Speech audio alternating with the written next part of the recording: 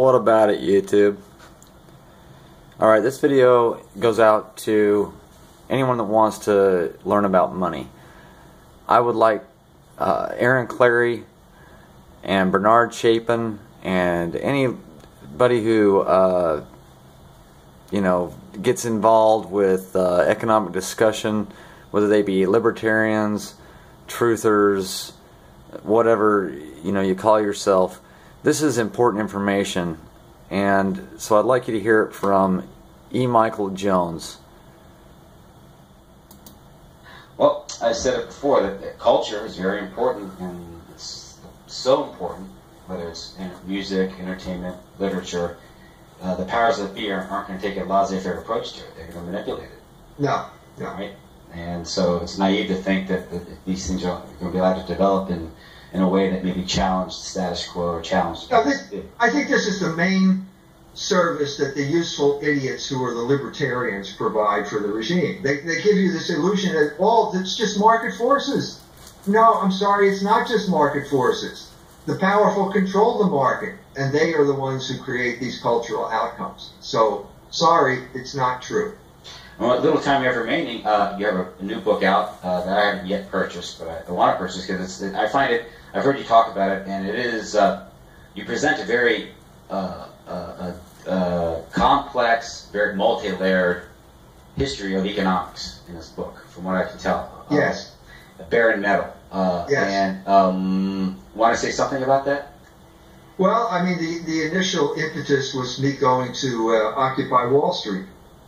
The demonstrations there in New York City and Manhattan, and there, I heard all of the demonization that Bill Riley was engaged in. These are terrorists. We even had a movie where Batman was beating up the Occupy Wall Street movie. So when you get there, it's people who are my children's age, my younger children, people in their 20s who are loaded down with debt and can't get a job. And they're holding little signs saying, I'm $30,000 in debt, or $70,000 or $90,000, and all I can get is an unpaid internship. And so it was this point I realized that what we're talking about here is the two fundamental issues of the economy, namely debt or labor. And so this history of barren metal is a history of basically the conflict between labor and usury about which group is going to control the economy. Aristotle said that money was sterile. In other words, it can't do anything. The only thing that can do something is labor. But that's not the Jewish view. That's not the usurer view. Shylock in The Merchant of Venice tells Antonio when he's lending him money, my ducats can copulate faster than Laban's ewes and rams. So that's the conflict. And we have clearly in the United States, as in basically every Western power for the past few centuries, eventually you have the triumph of usury, and that means the end of your culture. Once you get into finance and usury, once you destroy labor, your culture is going to go down the drain. And that's where we are right now. And would you say the source of this problem would be the fractional reserve banking system, and the idea they can print fiat money, then the source? The source of the problem is usury. Yeah. One of the problems you have to deal with is people always confusing things with sins. Things are not sins. Mm-hmm. So the Marxist interpretation of money is that money does this and money does that. No, money doesn't do anything. It doesn't even copulate. It's usury that's the problem. It's not money that's the problem. It's not the problem of paper money as opposed to gold money or the gold standard or anything like that. The problem is usury. The problem is always moral. There's a moral problem here. And the whole point of the English ideology, beginning with Newton, is to claim that morality is not needed in the economy. This is what our libertarian friends are always telling us, and it is completely 100% wrong. We always need moral intervention into the economy, because otherwise the usurers take over and they destroy everything, which is what we're close to right now.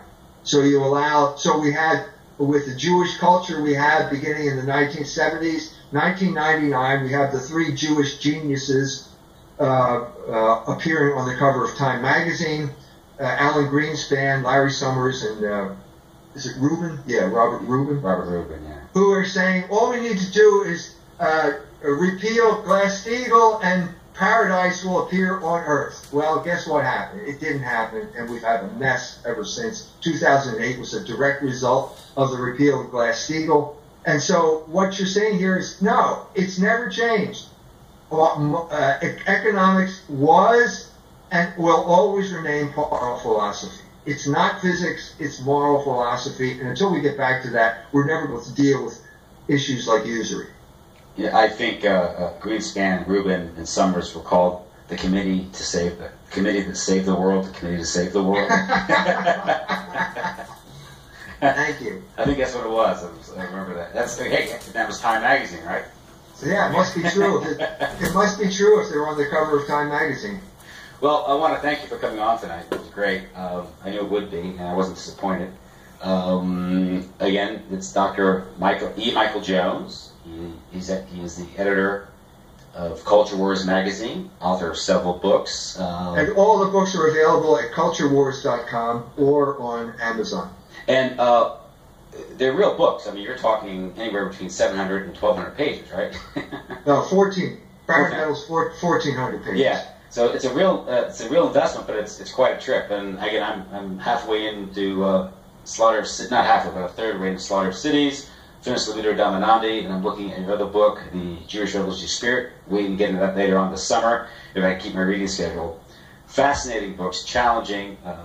And they're everything what they're made out to be, because again, you really get a perspective that you don't get anywhere else, and it's an important perspective. I wanted to ask you real quick before I let you go tonight. Hello? Yeah. I'm sorry. Yeah, I just want to ask you. This is part of your intellectual journey. I don't remember. I might be misremembering this. If that's a word. Not remembering properly. But when I read Diony's Degenerate Moderns a while back, the basic idea behind that book, or your thesis in that book, is that people like Margaret Mead and Kinsey were looking to rationalize their own degenerate lifestyle by covering themselves in anthropology and science, and just basically them trying to justify themselves. But it seems with the subsequent research, you've tended to develop the theory that it wasn't just they themselves trying to rationalize their own behavior being promoted by other degenerates within the establishment. There was a plan here. Is that a development you came up later, or something you believed back then? Yeah, I think you're right. I think I did start off with individuals, and those books were about the individual motivation to do this kind of stuff, and I think that's still valid. Okay. I think that these people have their own conscience. They have to deal with their own conscience, and this is how they deal with it. But what I left out, although I didn't really leave it out of the Kinsey thing, was that there are powerful forces who pick up these people and promote them. And so the classic example would be Kinsey with the Rockefellers giving him money, and Time Life putting him on the cover of Time magazine. So you can't really have, it's not that Kinsey was a great thinker or anything like that. He came up with an idea that was promoted. He had his own personal compulsions. He was a homosexual. He wanted to justify homosexuality, but it was the Rockefellers and Time Life that made him. He wasn't just a homosexual, he was also a pedophile. Well, you have to talk to Judith Reisman about that. Yeah, she's done. Yeah, and also with Margaret Mead, her book about Samoa and all that. That's just there to justify sexual liberation. Yeah, that's exactly what it was. She had committed adultery, and then she goes off to Samoa, and lo and behold, the Samoans justify her behavior. And I call it Blue Lagoon anthropology. And wasn't her husband Gregory Bateson, who was CIA? Yeah, so they were all involved in this. Yeah. You have all those connections. Well, listen, thank you for coming on tonight. This is great. I'd like to have you back sometime when in the future, whenever you have the time. I'll just send you a note. If you don't, that's fine, but I'll send you a note. It was great because there's a lot to talk to you about. You've done a lot of work. There's a lot more. Maybe as I get further into these books, we'll carry on the conversation. Okay, great. Thank you. Good night. Thank you. You're welcome. All right, that was E. Michael Jones. And he could teach you something about money. He can teach you something about culture, history, religion. The man is on point. And he's Catholic. Okay? And it's time to back the Catholics, I'm afraid.